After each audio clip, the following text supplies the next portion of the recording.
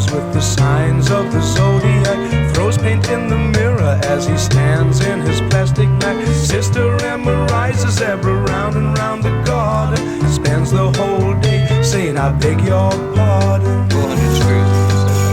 Oh my, my, my, my, my, my, my. It makes you want to cry. This is the house that Jack built, baby, and it reaches up to the sky. It's already been changed. Uncle Joe cracks walnuts in between his toes for fun and looks through colored glass at the dark spots on the sun. And Mary, she believes that her mother was a queen. Keeps saying you just missed him, King Solomon's just been. Oh my, my, my, my, my, my, my. It makes you want to cry. This is the house that Jack built, baby, and it reaches up to the sky.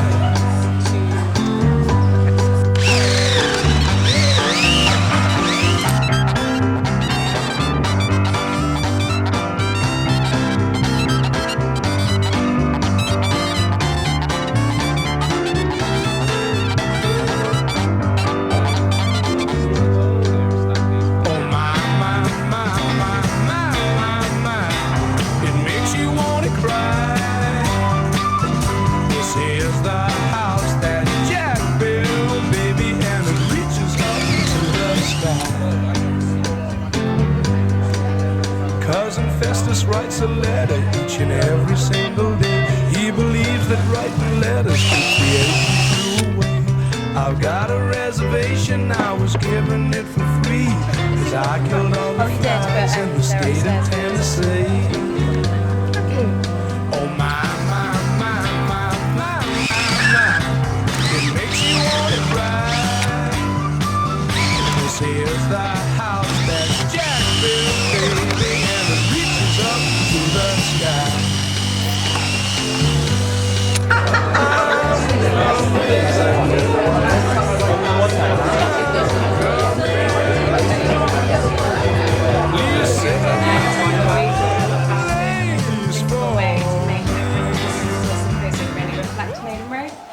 So what we decided was to invite 5 artists to lead parts of the day, and the day is about kind of participation, and we're going to be building a structure for part of the day which will kind of act as a legacy for Made in Roath and Spit and Sawdust after the event. So, but you'll hear a bit more about what's going to happen from everyone else.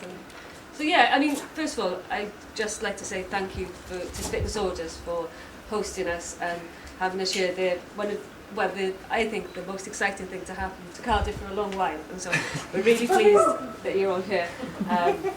So we're going to be building a structure together. You'll have seen that the car park's a hype of activity already, because we've got an amazing artist called Alan Goldborn, who's designed something that's really special. So it's going to be really exciting thing to see it rise during the day, and hopefully that structure will be something that Spit and Sawdust and this community and the community of Cardiff can use in the future for events or for whatever. So so we're just really glad that we've got such a great turnout and all the amazing things and that the artists have prepared for today is going to be seen by all you guys. So you're very welcome. So the way that we've kind of structured the day, because there's quite a lot of you, we thought if you were happy to kind of get into 3 groups, and then we'll sort of rotate the groups throughout the kind of morning. For lunch there'll be a buffet of lovely quiches and salads, which Nia has kindly made. Nia runs Spit and Sawdust with Christian, for any of you that don't know her. And then in the afternoon we'll come together, and Jenny Savage will be leading a project, hopefully inside the structure, and then Jill Nichol, who's sat there, will be leading a discussion with Mike Tooley. So if the first group wanted to kind of team up with Alan and sort of work on the structure, and then another group can work with James, who you'll meet in a minute. They'll all introduce themselves. James, he's going to be leading a kind of painting project, and we've got lots of lovely painting students from Cardiff Met here, which is nice. Thanks for coming, guys. And we've also got lovely architecture students from Cardiff Met too here. And then Ben Connors will be leading some walks at Howardian Nature Reserve, which is just over the road, just a couple of minutes walk away. Oh, sorry. Just was going to say that in true Made in Roath fashion, we also have a sausage making demonstration happening this afternoon. Yeah, and we have Otis doing some hip hop DJing. Yes. And we have, this is Dr. Chris Groves. He is his animation. Say a few words. Do you want to say a few words about that now? Yeah, sure. I mean, I work in social sciences at Cardiff Uni, and recently the project I'm working on at the moment, which is energy biographies, which we're studying how people use energy in communities around Wales and elsewhere. We put on an exhibition at the Senedd with the aid of a bunch of artists, conceptual artists, designers, visual artists and so forth, an animator, to kind of showcase research from our project and from projects around the country.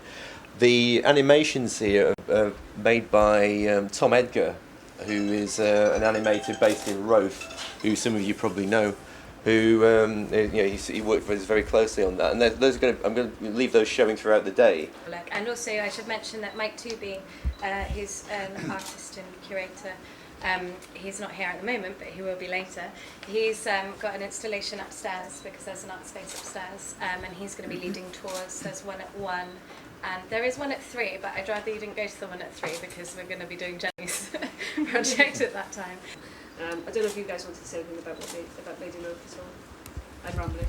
No, I think you don't want to listen to us for too long. Let's get on and do things. So Yeah. You'll see, we can talk throughout the day about what Made in Roath is, and I think that's what the whole event is about. So let's hope we discuss it as a group, so you don't need to hear from us, I don't think. So I've been asked to come up here and lead a walk that, quote, Made in Roath, explores how our urban environment is colonised, utilised and transformed by artists and communities. I came up here on Monday to have a look at the nature reserve, and it's amazing. Like the guy Raj, who's a community warden, he's a ranger. He's going to give us a little talk.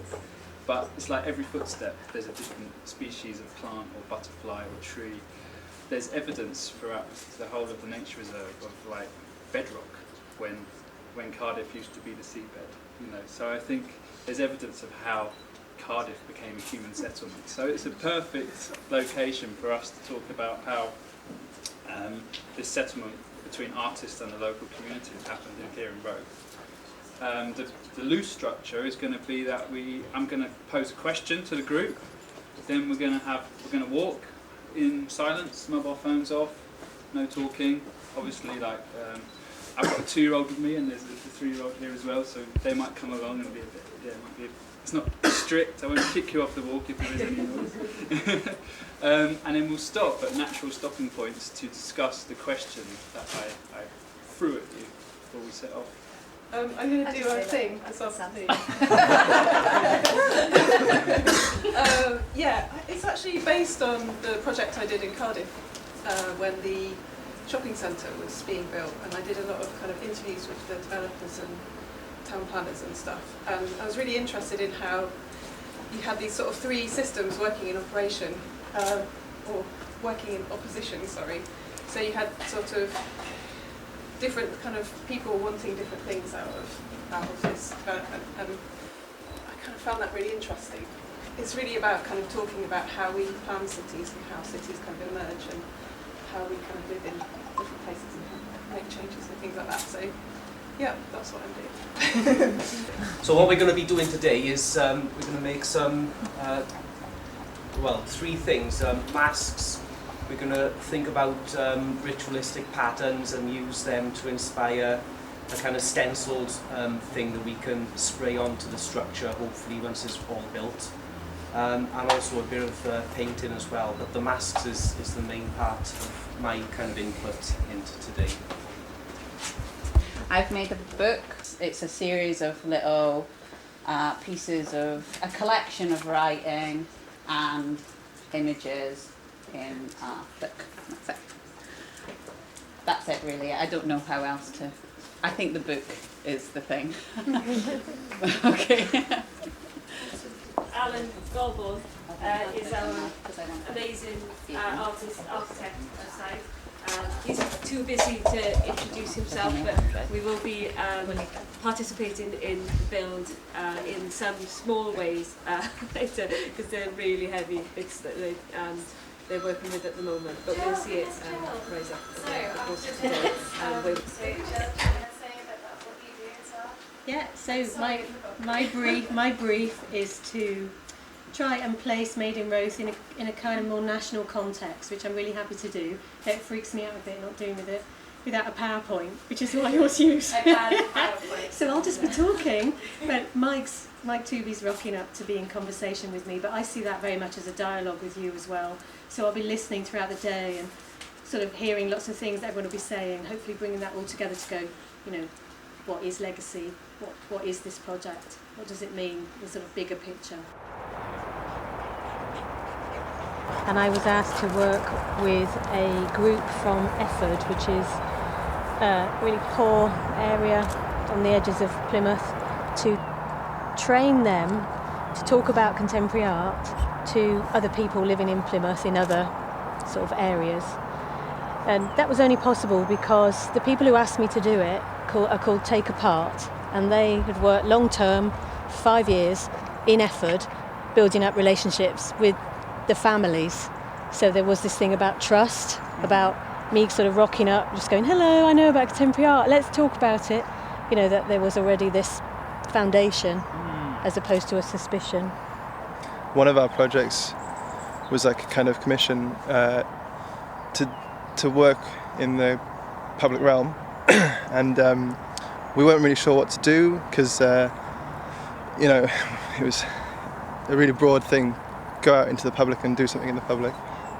So we really liked working collectively, and that was our main sort of driving force, is how people interact. So we decided to kind of set up or construct a situation where there'd be a group of people in an open call that would come together and spend a day walking through the city, but by the end of it they'd kind of semi-formed into their own collective. So we'd kind of created another group of people who were knit together by this situation that we constructed, and then by the end of it we had these two collectives that had experienced this day of walking and talking. I did a schools project in Southend a couple of years ago, and there were 20 different artists working with 20 different schools, and I worked with a composer to create new playground songs with a group of, I think there were 6-year-olds,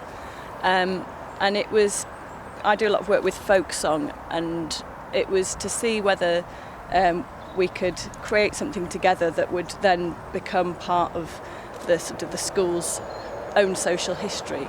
And so the children generated the text and so on through different exercises.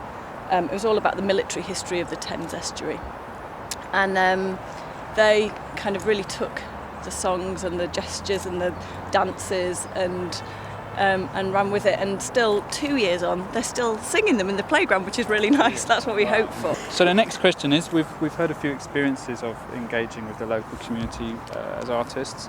The next question is why? Why do you guys who have engaged in these projects, why do you do it? Why do you think it's important to do that? And what's the motivation? I'm going to hand you over to this wonderful guide here, Raj. There's 5 of us, and we've divided Cardiff between us, and our main remit is to work with people, engage the people with the wilder part of Cardiff, and our main agenda is to preserve as much of this wildness that we have around here, which is under a lot of threat as the city grows, and also to create new habitats and to mitigate between the human needs and the wildlife's need. It's called Wild About Cardiff. Okay. Yeah, you'll find the information there.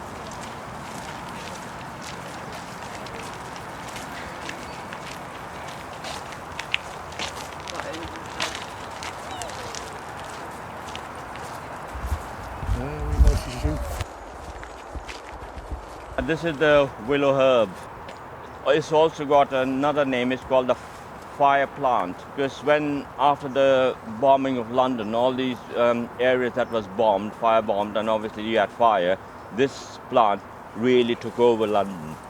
And so from then on, it also was associated with it. They call it the fire plant, you know. You don't want it in a garden, but they look quite lovely. And then you've got the rose hips, and then there are acorns. This year has been very good for nearly everything. That's an ash tree there.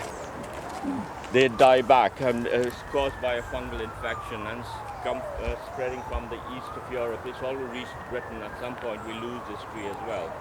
This is one of our climax trees. That means these are the climax, like the oak and the ash. They will form the woods, you know. And the ash is quite an important tree. The name itself, ash, gives it away. It can burn green. So it's very sought after by everybody who's got a wood burner, especially the rangers. And the other important thing is the wood itself is very elasticy, you know. And that's the reason it's the wood. The handles of any impact tools like your hammers and all that, if it's made out of ash, it absorbs all the shock, so it doesn't travel up your arms. And even the oars, still used today, all the oars that are used is made out of ash. It's very, very bendy, supple wood, and it's really nice. And the Viking mythology, if you go into the Vikings, they considered this tree to be the bridge between the earth and their heaven. So this is our next stopping point, guys. And yeah, the question I posed before we left the last site was, why? what's our motivation for wanting to get involved in these socially engaged practices between artists and the local community? Maybe I'll start us off. That seems to be a good way. So, why? I guess when I was at art college, I became really interested in the role that an artist can play within the community. You know, when you're a kid and you got the books where the doctor and the policeman or woman and I was kind of like, there's never an artist. I never see an artist next to those figures, and I thought, I just started questioning: can an artist have a bit of a utilitarian role within society? I'm not sure. I'm still trying to find out. Culture and society where most people see art as removed from them, and they see the spaces in which they can maybe partake or consume art as removed from them, or not applicable or relevant, or they fear those spaces. It's a reality, isn't it? So I think, Joseph Beuys said, everyone is an artist, and we can say that really simply, but really, I suppose a lot of, when I think of the engagement of my work with community, I suppose it's because I feel creativity is everyone's birthright at a very profound level. Everyone has imagination and can imagine. And I came across a quote the other day, which is, everything that has ever been created, scientifically, industrially, technologically, creatively, comes from our imagination. So that's a human facility. And I suppose the reason we desire to engage with people in the wider sense is because everyone, I feel, has a real right to explore that human facility. But more to the point, it does something to how we function as a society when people are in touch with that imagination or creativity. I think it's a very empowering thing. It has political ramifications that when we connect and when we have dialogue and when we feel we are creatively endowed, and that can impact on how we create community, it changes how societies function, and so it feels incredibly important that we extend that facility constantly around us. It's interesting though, isn't it? Because I'm really interested in this thing about creativity, connecting people, and the conversation that takes place whilst making. And that it is a cliche about a different form of language, but it's true. And often, that interesting conversation takes place at those points of of making and exploring something, and often the artist is exploring something in their own work and think about it. It's a way of thinking, and it's a different way of thinking, but actually once you get people sort of involved in your work and then also engaging the community in the things that are your concerns, you find other people then that connect with that, and it takes it further, and it's like this path, and we've walked along the main path, and as I've walked along I've seen these little offshoots along the way. And also what I found really interesting about the walk is the noises of nature is being drowned out by that urban environment that's just there. But actually that's often what happens when you're things that are taking place. Everybody's busy in society, and often an artist comes along and goes, how about sort of pausing and actually thinking about some of this that's happening, and all of these social issues that surround us, invaders, and often we don't have that much time to reflect on in a really sort of serious and considered way. And I think that that's often, well, for me, I find that that's often what's important about artists working with community groups.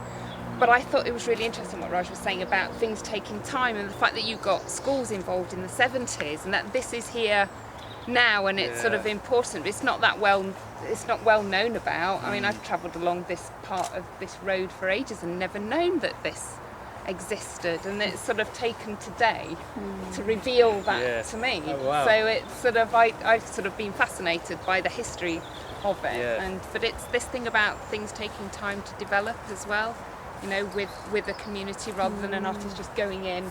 There was a discussion last week that was about some projects where the artist sort of goes in and the community, there's almost a slight resentment because the artist has come in from the outside. And these things take time for relationships to develop. Anyway, sorry, I'll shut up now. Really interesting to hear you talking. It's also something about when that artist comes in and build those relationships, and then when that artist goes again, or when the artist's role is not important anymore, and is when that slips into it being owned by others. So where is the artist in that relationship, and does that matter?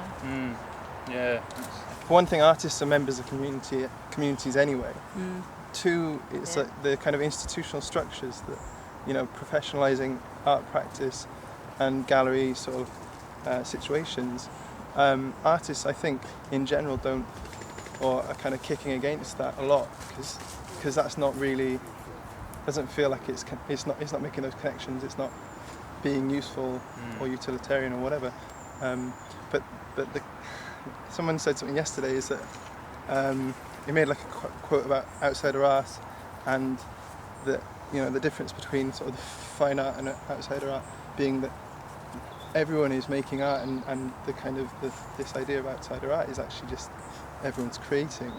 It's not outsider, it's the majority, and it's just making people.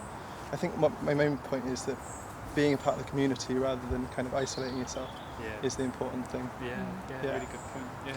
Actually, I've got bringing it round to Made in Roath, is that I've sort of got a question that I think would be really sort of interesting to think about with Made in Roath, is because that very much relies upon volunteers in the community. It's sort of born out from the community.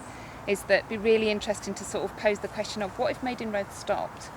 What would happen? Because you're saying about this thing about legacy and what happens when the artist goes. And I know Made in Roath is a very particular thing anyway, and has a very particular feel. But I've sometimes wondered, because I know they run themselves ragged, and it's sort of, and it's sort of, I've often said to Helen and Gail, why are you doing this? Think for a while. Why are you doing it? And another question I find really is, what would happen if Made in Roath just stopped? What would the community do? Would they take it on? Would they, would it continue? Would they miss it? Would they miss it? Yeah. How do they view it?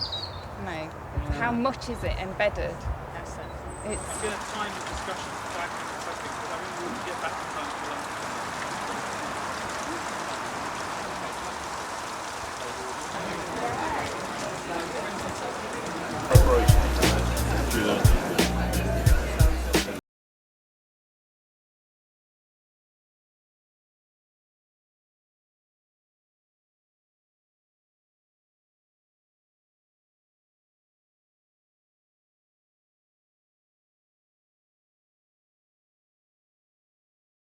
What do you think he needs? A bit more detail where it's blank. Yeah. I've interrupted your muse. That's fine. Some good shots of them. I'm trying to. Brilliant. Yeah, I think they're going to look there we are. good once they're up on there. They look very good. How are you going to waterproof them? We can either coat them in PVA or I didn't think of that. Live in Wales. Yeah. The thing is, right, lots of masks are made just for one day events or rituals, and then they either get thrown out or burnt or kind of left in a shed to rot away. So if they're not waterproof, is kind of keeping them within the tradition of mask making.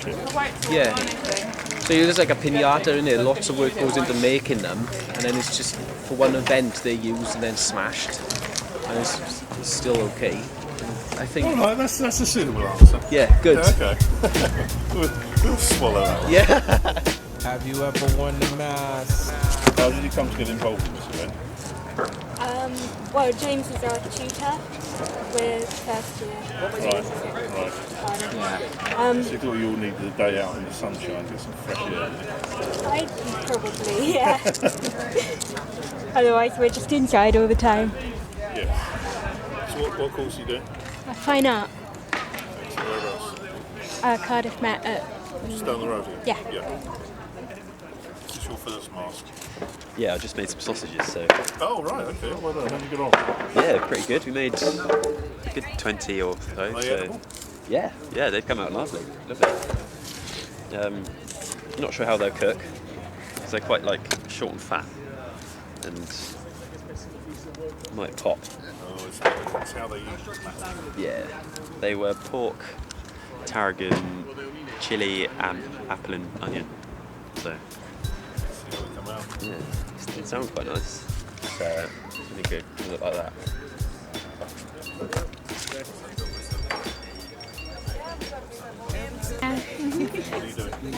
I'm just sketching the caravan.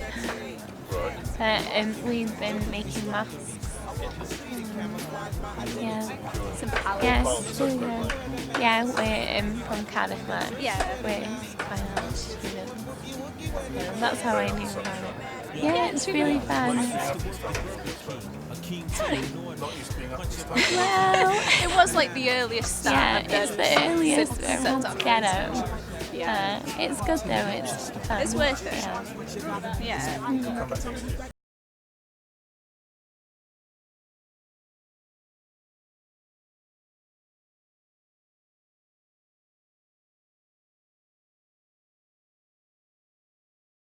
Pardon? You've made a spelling mistake. It's not me. Where is it? Is the where? Oh, okay. We were just saying how difficult it is because she's doing it letter by letter. I couldn't remember how to spell really and Yes. stupid. You spelled shit properly. It's the most important part.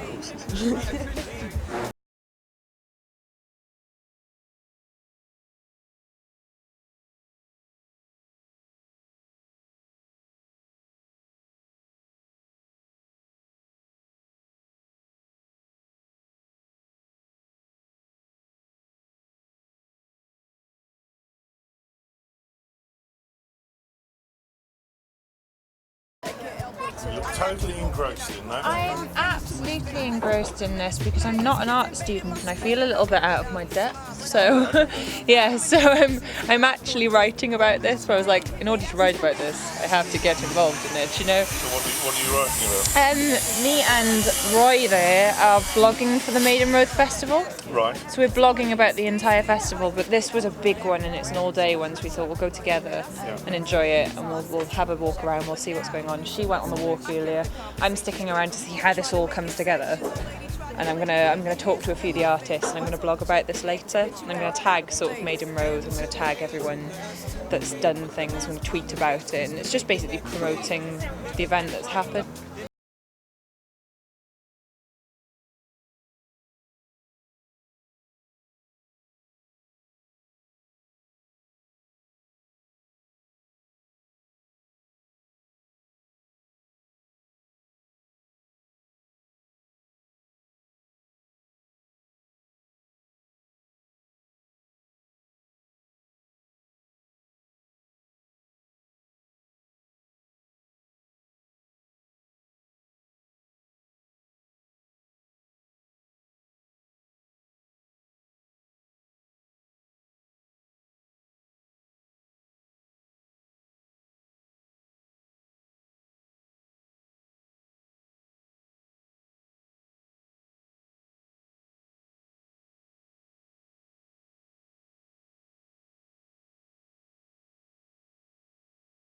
One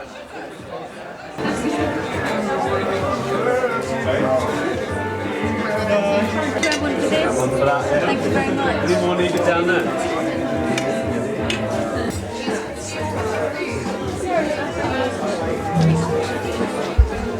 Hi, Mike. I'm good. How are you? So that the kind of idea of keeping something from the past into the future might happen in this brand new context. So what I alighted upon is this building, partly because it reminded me of the kind of out-of-town stores that museums and art shippers and archives now use as a way of storing collections in cheap and air-conditioned surroundings. But also because I was really interested in the way in which Spit and Sawdust want to start to develop some of the upstairs rooms as residencies and workshops.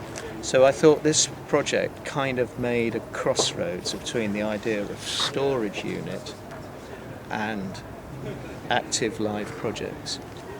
And what I did was ask a group of people, maybe about 30 people, including the contributors to the Weekend in Carmarthen, to give me something that reminded them of Made in Roath. So that's the objects in the collection. And this piece is called Store,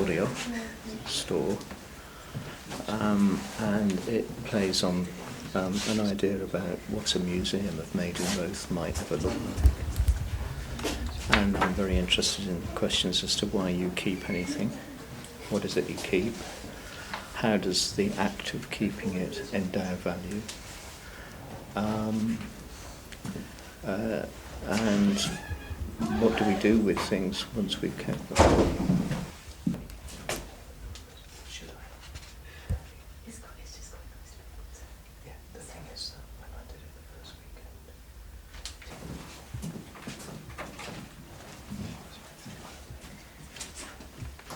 Originally, in Legend of Ireland, because they've got a number, I couldn't get up that number.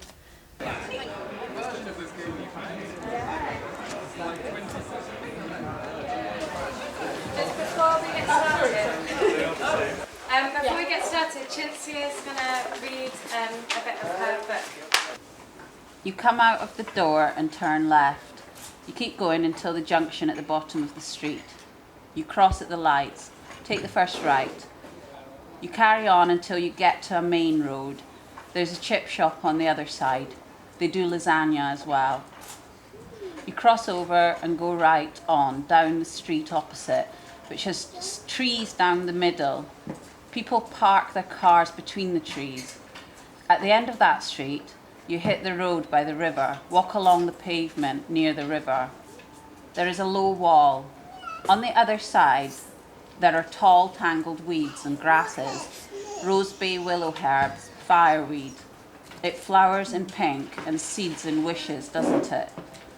The downy white seeds float in the cool sun of the autumn morning. The pavement is so uneven here because tree roots have pushed it up in lumps. Okay, so the instructions are on this piece of paper. You've each got, that's it, on there. And the people at the back, that's it, these different groups. So you've basically got about 20 minutes between you to work on this and put together a presentation, whatever the form asks you to do. And then each group will need to do a 5-minute presentation on what they've been working on. Okay, is that all right? Yeah. Your time starts? What's that? Your time starts? Yes, your time starts now. Sorry. I'd asked for a nice big bit of card for your group, but it's not here. Yeah. Right. They got blown away in the stuff. They got blown away in the stuff. Okay, right. I'll just do a little mind map. Please do. Yes, we can all then have a bit of a focus. Yeah. Yes, good start. Maximise its profit. So we need So Rose got blown away in a big storm. Your job is to rebuild it from scratch. Consider street layout, housing, shopping, leisure, food supply, transport and traffic. Make a map and or a model. Oh, do everything. And a 5-minute presentation. Yeah. What? Oh, I didn't see that. Well, we've got 20 minutes to do it. Well, it's so blown that away. if it's blown away, the rest of Cardiff's still there, though, isn't it? Yeah. Yeah. So you Crater. need Newport Road and City Road, and what's the other side? Because Cathays is the cut-off. We can use this side, can't we? So this side of the map. It's Is it the wrong bit? At the end, that Newport Road end, there is a centre for asylum seekers and refugees. Right. So that, I mean, they are already interestingly displaced, and then they've come into another moment of blown away. Subsequent displacement. So Somewhere here, isn't they're it? kind It's near of Minster right Road, isn't it? in the Just before Minster Road? So conscious that we're actually off the map, so it's here. So it's called both places. This is what's left of maybe because it's just half of Roath, right? Yeah. So maybe That got really badly wrecked up there, so we didn't get much. We can't deal with it. Maybe this is an old map that This is really Cathays over here as well. that is Cathays, yeah. So it's only really rough Actually, here. That marked line there, that's not really rail lane, but yeah, pretty much over the rail lane is Cathays. It's a man-made lake anyway. And the would you have to reset up the waterway as well? Green space. Green space like we've been. So we do need Thinking about a business plan with all of them. Because Roath has been blown away, but Cardiff actually still exists, right? So we could what happened next? People came in and cleared it up, and then what happened? They did. There was a lot of bringing in well, for better or for worse, a lot of stuff in containers. Your job is to represent the people of Roath. Think about how the community could change in the new Roath. Who are the community? What would you like to improve? What could you achieve? And we've made a community action plan for New Roath. We think we've made a community action plan for New Roath. We're going to base it around a sort of series of hubs of like activity where people would meet and can do various things that would be located in different parts of Roath. At first, and you reuse the sort of warehouses on Newport Road. So then we can slowly move towards whatever hub. Structure in terms of knowledge sharing and decision making. Perhaps it's part of what Made in Roath is about. And perhaps there is something about language and the use of the term socially engaged practice in itself as not being particularly appropriate. Need time to build relationships, to build this trust. One of the big things that came out was, for me, was about what is the point of such projects? Are they to make us feel better in that kind of Claire Bishop dynamic? Claire Bishop being, art writer, art critic, writing very forthrightly about social engaged practice and saying it ends up in art which is not very good. One of the things that struck me was that they are all words that one might either say are quite difficult to reify or concretise, or they're words about process, or all kind of related to process. And I think it's sort of interesting that the architects group has been left in front of us, because one of the things about socially engaged practice, if we're going to critique the term, is context is all for me. So one might pose the rhetorical question, socially engaged practice in the Dutch pavilion at the Venice Biennale. So who's the audience for that? A project which is about asylum seekers and refugees arriving in the Netherlands and being developed into a kind of project that talks about a negative and critically aware project about creating a relational aesthetic is important, but the people who are hearing it are the people who've either been invited to an opening or have paid €15 that day, as well as getting to Venice, to get in. So there's something really interesting about how the reification of socially engaged practice generates this question about context and audience. And if you're trying to sort of say, so, okay, what has been maintained in this project from the original idea? Is it to do with these words like trust, relationships, use, a kind of sense of ethos? That sort of vaguely sounded like applause for a moment. Is it something about ethos, about process, or is it about place in a very specific sense? You go to it. Here's what you do when you go to it. Pick up the map. Find these shows. Find half of them are shut. Find 2 or 3 of them are in the wrong place. And how does reification and concretizing an ethos then result into sort of new process things that you have to take on board? And I say this because I'm conscious that this is the 5th Made in Roath, 6th Made in Roath, and that one of the things that one would say about the way it's developed, 2 things. One is something about scale, and another is something about boundaries. And it's interesting how many of these words, I think some of the challenges for Made in Roath inevitably come from its success. And how many of these words may be modified by scale and by establishing boundaries, whether they're physical boundaries, geographic boundaries, numerical boundaries, and as it were, who decides?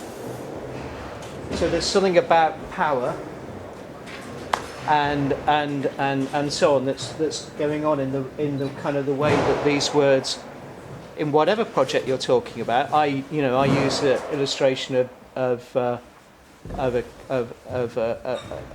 one kind of project, the Dutch show in Venice 4 years ago. But you may apply it to other examples of socially engaged practice. Liverpool Biennale. People expressing a sense of disappointment this year in it, and partly because they feel it's just become too big. What happens to socially engaged projects when that happens? And how do we ask our questions about our own successes and our own...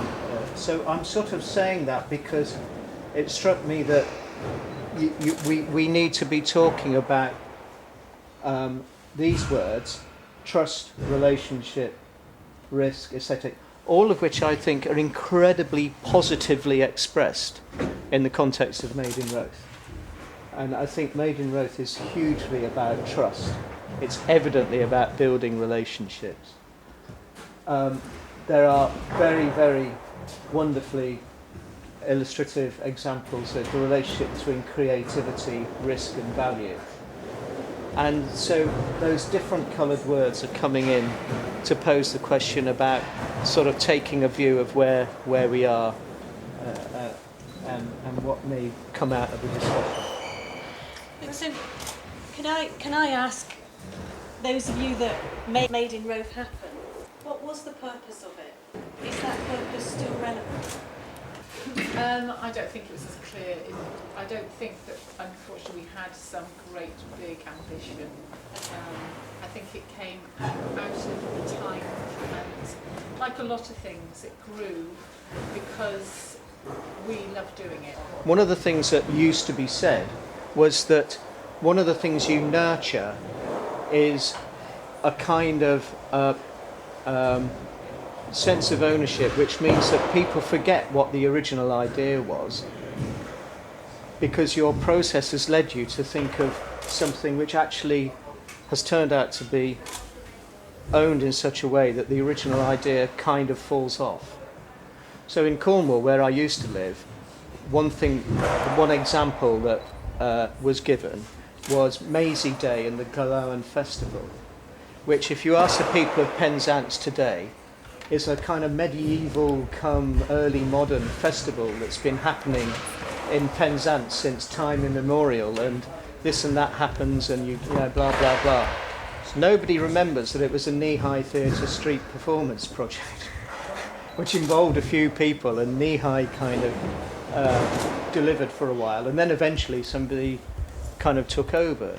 So I think one model is, how does one kind of project evolve into something else, so that the people who originally nurtured the first model either continue to stay with it or step back in order for something else to evolve, and maybe they start doing something else alongside, so that there's a sort of a rhizomatic process of one project actually generating quite another project in such a way that we don't even really remember how it originally started. But funny enough, my daughter got up the other morning and said, "If you die, Mum, I'm not going to take it on myself." How old is she? She's 13. She says, "I'm not going to be doing it, you know that." I see how knackered you are. I don't see any reason I should take it on board. Another way is to become very, very governance driven. And so, you know, we can all probably think of examples where, after a period of time, successful projects develop a governance framework for 2 or 3 reasons. One, for the purposes of being funded. So a funder says, well, where's your bank account? Who are your directors? Who's the treasurer? What's your charitable number? Secondly, for reasons of legacy, you know, so that they say on arts management courses, the successful new organisation is one that has evolved in such a way that the figurehead person or persons don't need to be there for the organisation to continue. I was having a conversation about Yorkshire Sculpture Park in that context, that, you know, Peter Murray, who started it, a few friends of his putting sculpture up and having residencies round the back of the college where he taught, has ensured that over a period of 35 years, you maybe need to tell your daughter it's that kind of time scale, over 35 years, has now got to a place where Peter Murray doesn't have to be the director of Yorkshire Sculpture Park. He still is, so it becomes a kind of personal decision for him. When does he retire or whatever? So so that's the opposite kind of version to the sort of, as I say, sort of 80s in my head origin thing of, well, let's let everybody do it, leave them the model, and we'll go and do something else. And I would like to ask again then, what is the model? Is the model that it's artist-led as opposed to community-led? One thing that someone said this morning was, we're artists are the community too, you know. That's you just answered it really. The artists are the community. We're artists. We take the lead from people's ideas. You know, how many things have just come up because somebody's had a brilliant idea, and we've just thought that's a corker. We can't lose that. And we make it happen.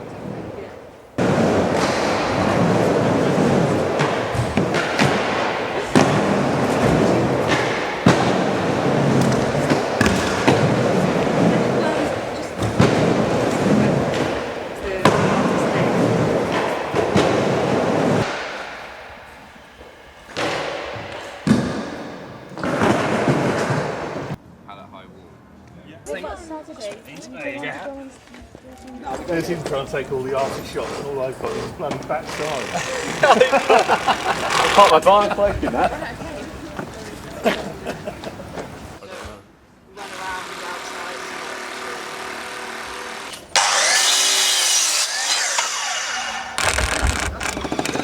How's it going? Visualise what you said. They're not on. Now turn and smile at the camera and show them what you've been using as a hammer. Yes. Actually, saying that for me, it doesn't look any different, does it? It's actually shorter. Yeah, it's actually shorter this way. Is there a problem with it? No. I'm not actually trying to be a massive cock here, although I may be. You can edit that out, right? As if I would. Yeah.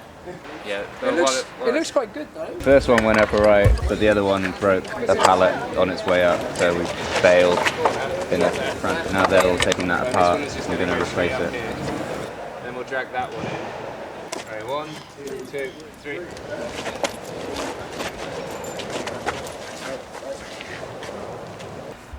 Yeah.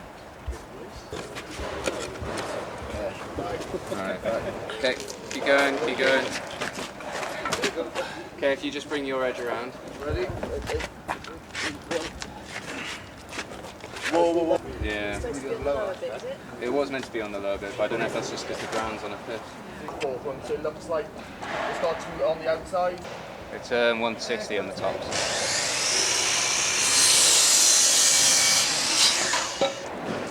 Holding the wood and filming at the same time. God, I'm multitasking.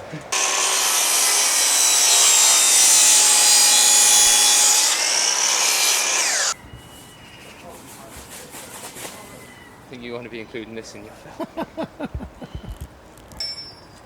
Has it got stuff in it? Fine art's never been stuff.